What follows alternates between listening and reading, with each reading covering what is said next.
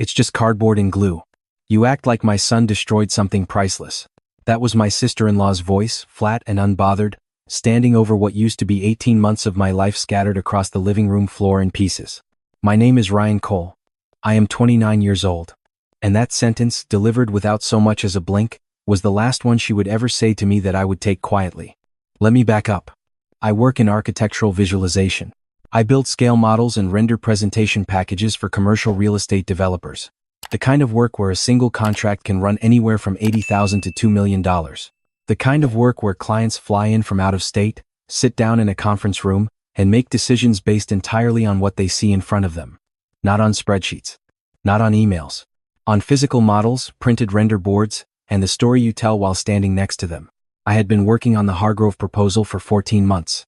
It was a mixed-use development project, retail on the ground floor, 12 floors of residential above, rooftop amenity deck, underground parking. The developer, a man named Curtis Hargrove, had already told my contact that if the presentation landed right, the full visualization contract for the build phase was worth $1.4 million. Not a deposit. The full contract. I had verified it in writing. The physical model alone took me 4 months to build. Hand-cut acrylic panels, laser-etched facade details, interior lighting that ran off a small, rechargeable battery pack hidden under the base. The presentation boards were mounted on foam core, laminated, color-calibrated. I had printed them at a professional shop and paid extra for the archival finish. 6 boards, each 24 by 36 inches. I had also built a custom carrying case for the model out of hard foam and plywood. I do not own a large apartment. I have a 1-bedroom unit that I rent, and my workspace inside it is carefully managed. So when my brother asked if I could stay at my parents' house for 2 weeks while my bathroom was being renovated and bring my work with me, I said yes. My parents have a house with a dedicated guest room and a dining room I could use as a workspace in the evenings. It seemed straightforward. My brother's wife, Dana, had been staying there too with their son, Marcus. Marcus is 6 years old. I say this not to be cruel to a child, but because what happened next was entirely a product of the adults in that house choosing to do nothing. I had set the model on the dining room table on a Thursday evening, anchored inside its case, lid closed. The presentation boards were leaning against the wall in the guest room, wrapped in the protective sleeve the print shop gave me. I was not careless. I had been careful the way you are careful when something represents 14 months of your life. Friday morning, I was in the kitchen making coffee when I heard the sound. Not loud, not dramatic. A soft crunch followed by a high-pitched scraping, the way acrylic sounds when it bends past the point it was designed to hold. Then a second sound. Then Marcus's voice, bright and completely unaware. "Daddy, I broke the box." I walked into the dining room in 12 seconds. The lid of the carrying case was open. The model was on its side. 3 of the acrylic facade panels were cracked through. The lighting wiring had been pulled loose. The rooftop deck, which I had built from individual 2mm pieces of laser-cut balsa, was crushed flat. Marcus had climbed onto a chair, lifted the lid, and dropped the model trying to carry it to the window to look at it in the light. I stood there. I did not say anything. I just looked at it. My brother came in from the hallway. He looked at the model. He looked at Marcus. He looked at me. He didn't mean to, he said. You know how kids are. I still did not say anything. Dana appeared behind him, coffee in hand. She looked at the floor, at the broken panels, at the collapsed rooftop. Then she looked at me and said the sentence I opened with. It's just cardboard and glue. You act like my son destroyed something priceless. There it was. My mother came downstairs 20 minutes later, and her response was to ask why I had left something so fragile where a child could reach it. Not why Marcus had been left unsupervised in the dining room. Not why nobody had told him not to touch things that were not his. Why I had left it there. My father said nothing at all. He poured his coffee, looked at the model, looked at me, and walked back into the living room to watch the news. I sat down at the dining table. I looked at the model for a long time without touching it. The presentation was in 6 days. 6 days to either rebuild or walk in empty-handed and explain to Curtis Hargrove why I was standing in front of a blank wall. My brother came back in around noon and sat across from me. Insurance might cover it, he offered. There's no insurance for this, I said. This is handwork. You can't insure handwork on a renter's policy for what it actually costs. So what do you need? He asked. I need 4 months, I said. That's what I need. He went quiet. Then, Ryan, come on. It was an accident. I know it was an accident, I said. The accident is not the problem. The problem is that not one person in this house has said the words I'm sorry. Not Dana. Not you. Not mom. Not dad. No one has asked how they can help. No one has offered anything. You have all just explained to me why it's my fault. He did not answer that. He left the room. I sat there until evening. I did not eat. I did not make calls. I just thought very carefully. Here is what nobody in that house knew. I have a habit I developed 3 years ago after a hard drive failure wiped out 6 weeks of work on a project. After that, I built what I internally call my shadow file. Every design file, every render, every measurement sheet, every photo I take during the build process, I upload it to a private client-facing cloud platform called Builder that I pay for myself. I photograph every stage of construction, every panel, every detail layer. I do this because clients sometimes ask for documentation, and because I learned the hard way that the only copy that matters is the one you have when everything else is gone. I had 312 photos of the Hargrove model. I had every measurement. I had every render file. I had the lighting schematic, the material list, and 6 years of vendor relationships that meant I could call in favors. I did not tell anyone this. I let them believe the model was gone. I called in one favor that night. A colleague named Ben who has a laser cutter and a large workspace said he would let me use his studio for the next 5 days, starting at 6 in the morning, if I covered his material costs and bought him dinner twice. I said yes before he finished the sentence. I drove to his studio that same night and started pulling files. The next 5 days do not need much explanation. I slept 4 hours a night. I rebuilt. The second model was not identical to the first. It was better. When you have already solved every problem once, the second time is faster and cleaner. The acrylic was more precisely cut. The lighting was more evenly distributed. I added a detail to the lobby level that I had originally cut from the first build to save time. The presentation boards I reprinted at a different shop that offered slightly better color density. I paid the rush fee without blinking. The morning of the presentation I showered at Ben's studio, changed into the suit I had left in my car, and drove to the Hargrove Group offices with the model in its rebuilt case and the boards rolled in their tubes. Curtis Hargrove is 61 years old. He has been in commercial real estate development for 35 years. He is not a man who is easily impressed. He sat at the head of the table with 3 members of his acquisition team and watched me set up for 11 minutes without saying a word. When I finished setting up and turned to face them, he was already looking at the model. "Go ahead," he said. I talked for 40 minutes. I answered every question. When they asked about the material spec for the facade panels, I pulled up the documentation on my laptop and put it on the screen. When they asked about timeline phasing for the visualization deliverables, I had a chart. When the youngest member of his team pushed back on the rooftop amenity rendering, I had an alternate version I had prepared 2 days earlier and had not planned to use but pulled it out anyway. At the end, Curtis leaned back in his chair and said, "You're more prepared than the last 3 firms combined." I said, "I had a difficult week. It clarified my priorities." He smiled for the first time. "When can you start?"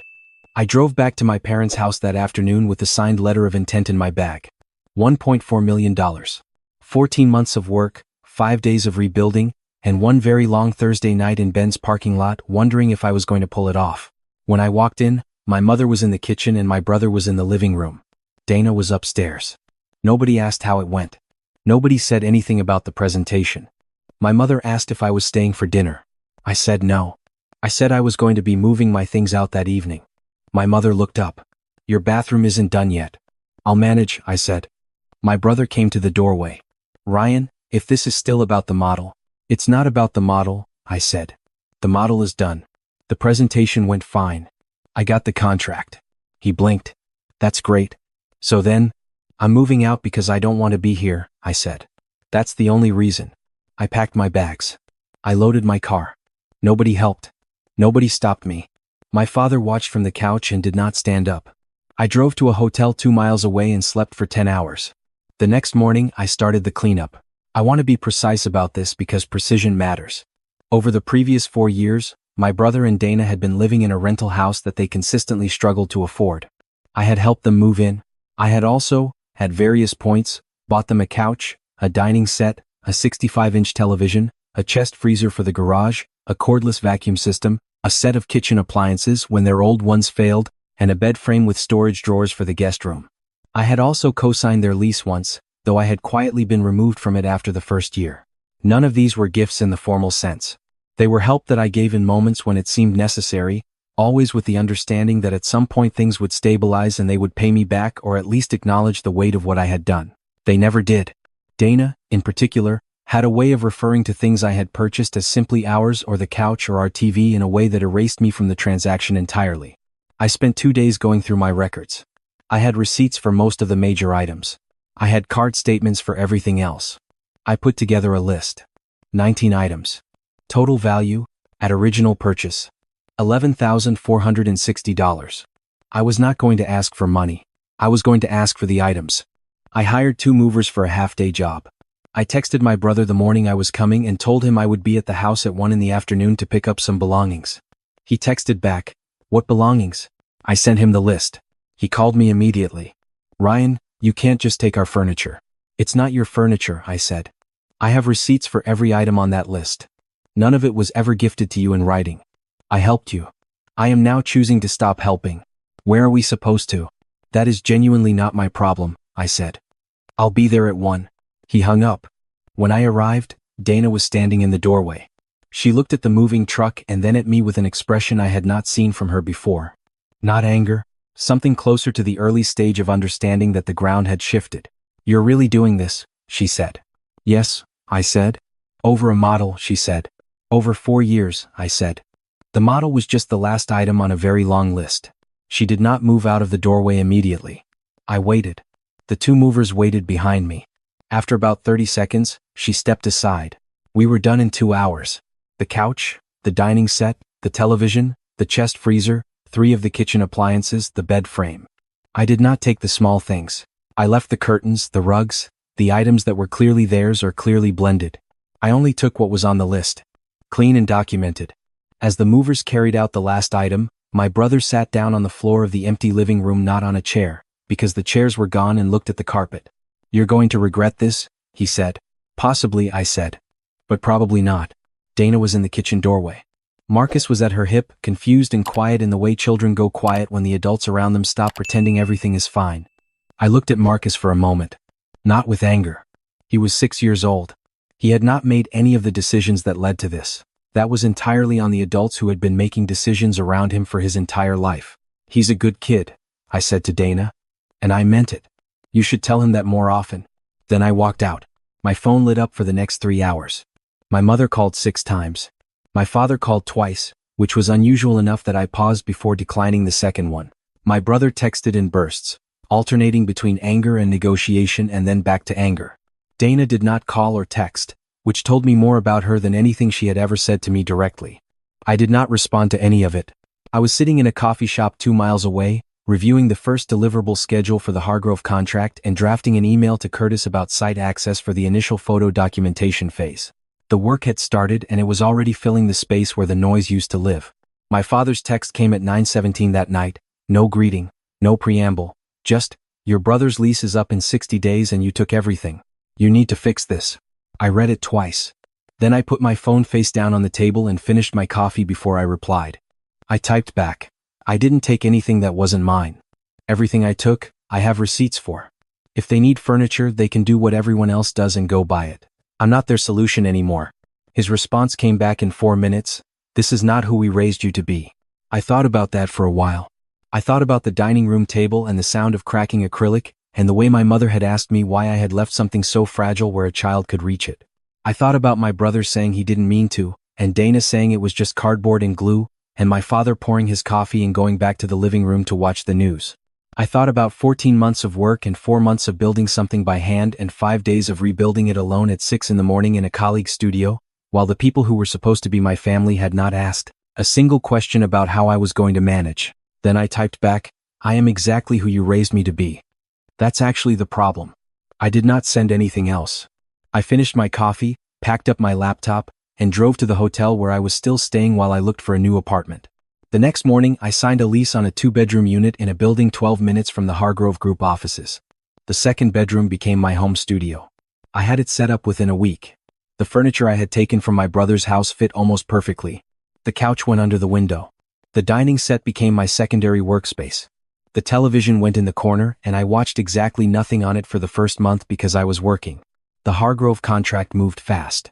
Curtis was decisive in a way that clients often claim to be and rarely are. By the 3rd week I had a core deliverable approved and a secondary phase briefed. By the 6th week I had a referral. One of the acquisition team members had a contact at a firm called Meridian that was looking for a visualization partner for 3 upcoming mixed-use projects in the Pacific Northwest. I took the call. I took the work. I did not call my family to share any of this. I did not post about it. I just worked.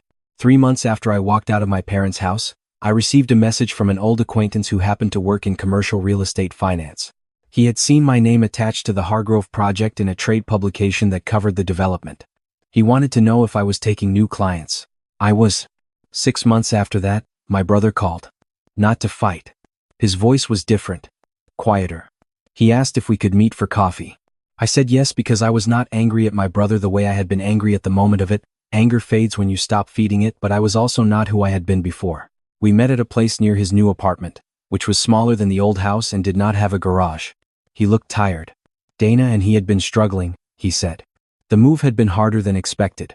Marcus was adjusting to a new school. He did not ask for anything directly, which I respected. He just said he was sorry. Not for the model specifically, though he mentioned it. More broadly sorry, the way people get sorry when enough time passes and enough quiet accumulates and you finally have to sit with the thing you did. I listened. I did not fill the silence with reassurance.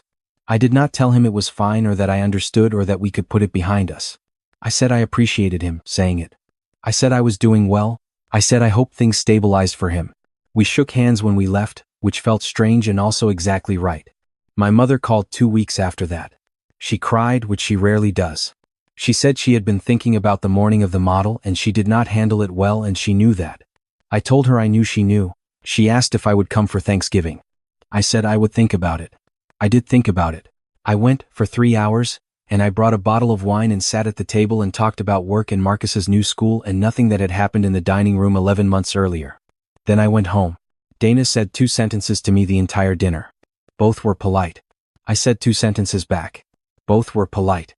I do not know what she thinks happened or who she tells the story to or how she frames it.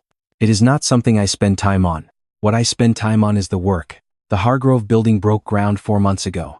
Curtis sent me a photo from the site the morning the steel frame started going up. Just a photo, no caption. I looked at it for a long time, thinking about the acrylic facade panels and the laser-cut rooftop deck and the battery pack hidden under the base, and I thought about how 14 months of work and 5 days of rebuilding and 1 very long night in a parking lot all led directly to the moment that photograph was taken. I saved the photo. I did not post it. I did not need anyone to see it. I already knew what it meant. There is a version of this story where I am the villain. Dana tells it at dinner parties, I am sure. In her version, I am the cold one, the one who took furniture from a house where a child lives, the one who walked out, the one who chose money over family.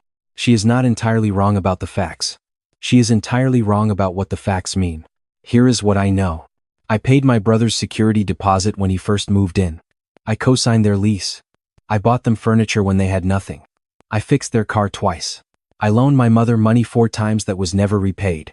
I showed up every time they called. For 4 years, I showed up, and in all 4 of those years, not one person in that family asked what I needed or how my work was going, or whether I was doing all right. They called when something was broken. They called when the money was short. They called when they needed someone to drive Marcus to soccer. When the thing I had built was broken, they explained to me why it was my own fault. That is not family.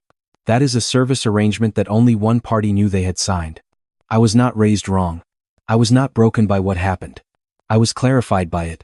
The cracking sound of that acrylic on a Friday morning, the way it cut through the house like a fault line running under something that had been unstable for a very long time, it did not destroy anything that was actually holding. I am Ryan Cole. I am 29 years old. I build things for a living, and I have learned that the most important thing you can build is the ability to recognize which structures in your life are load-bearing and which ones only look that way from the outside. Some things collapse and you lose everything. Some things collapse and you find out you were the only thing holding them up. The difference is what you do with the silence after.